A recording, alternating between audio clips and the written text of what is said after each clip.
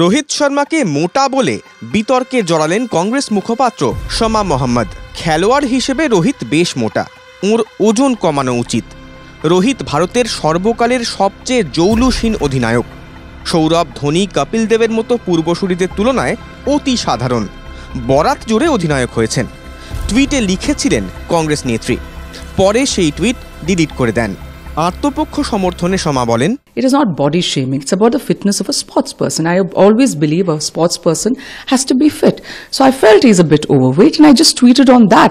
And I've been attacked for no reason, And when I compared him to the other captains, previous captains like Dhoni, or for that matter, Ganguly, Dravid, Tendulkar, Kapil Dev.